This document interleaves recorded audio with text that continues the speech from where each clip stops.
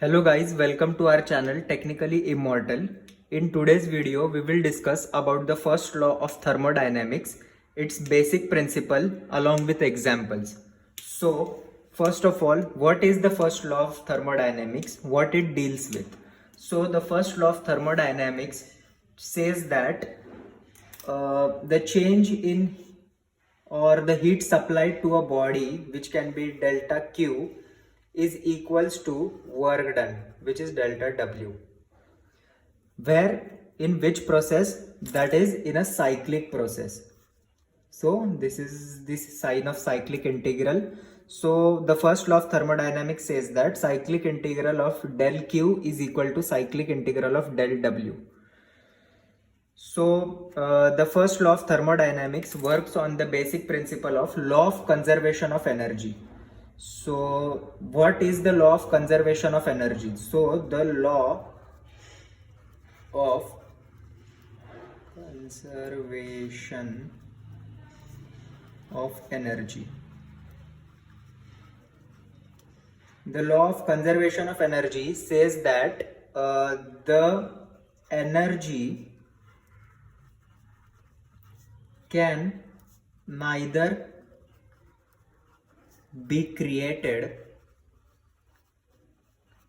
nor it can be destroyed.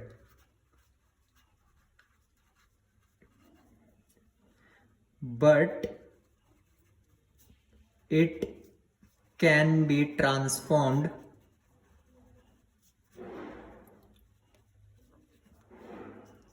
from one form to another. So this is the law of conservation of energy. So let us understand this more clearly with an example. So let us consider this as our ground. This is our ground. We have a ball. If I am throwing this ball to a certain height, say I throw this ball up to this height, it will go up to certain height and again it will fall down to its original position. So when the ball is at its place, like on the ground, it has some internal energy inside it. Now when I am throwing the ball upwards, this internal energy and the force which I am applying to throw this ball upwards will means that energy will be created into the kinetic energy.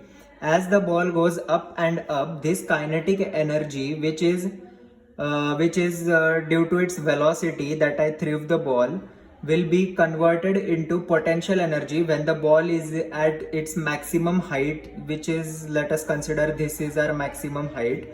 So here it all the kinetic energy will be converted into potential energy. Now due to gravity, the ball will start coming downwards. So when the ball is coming downwards, the kinetic energy into the ball which is at this position will again be converted into the kinetic energy. The potential energy in the ball will again be converted into kinetic energy and the ball will come to the ground. Now when the ball is on the ground, due to the impact which the ball has with the ground, the energy which is in the form of kinetic energy in the ball will be transformed into the shocks or the internal energies of the ground. So why do we don't feel that there is an energy transfer from the ball to the ground? Because mass of the ground is very small as compared to mass of the earth. So the energy transfer is negligible for the earth in terms of, when we are talking in terms of ball. So the energy here in this case, energy is not created nor it is destroyed, but the energy is transformed from one form to another. Like internal energy is transformed into kinetic energy into potential energy into again kinetic energy, and kinetic energy into again impact energy. So this is what the law of conservation of energy means.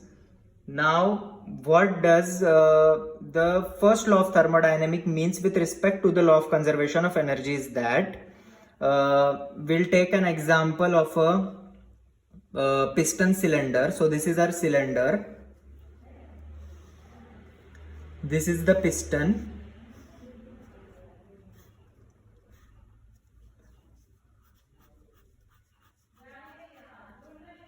This is piston. This is the cylinder.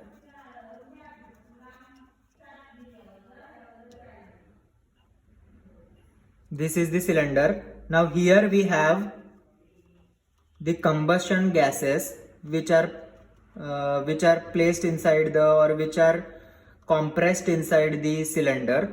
So now when I supply heat to this, let us say I supply Q to this, the gases in this cylinder will start expanding, and then the piston will try to move upwards, which means that this heat is converted into work.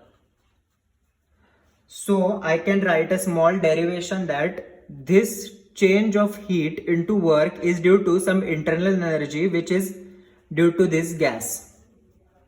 So I can write a small derivation as delta I, which denotes the change in internal energy, is equals to delta Q minus delta W. So this is the first law of thermodynamics in its most general way. Now there are two cases: if the work is done on the system or if the work is done by the system.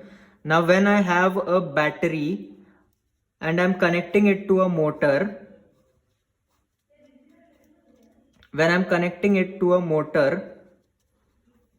when the battery is connected to the motor will rotate due to the electric energy which is supplied by the battery.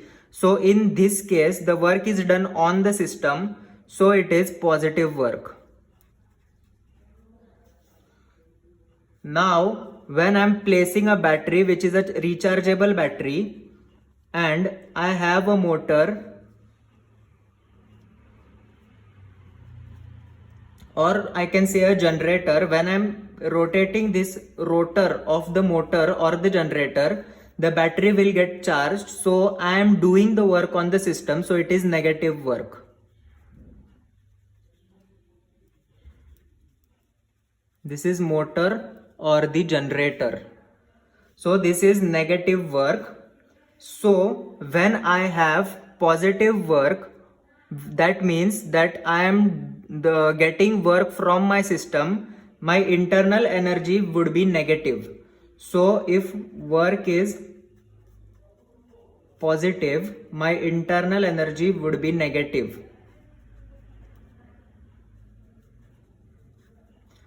When my work is negative, the internal energy of my system would be positive.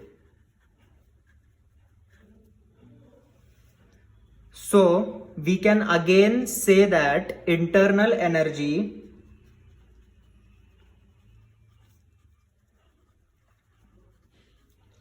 is an extensive property. Why it is an extensive property is that the internal energy of a system is dependent upon the quantity of the working medium, or it is dependent upon the mass of the system.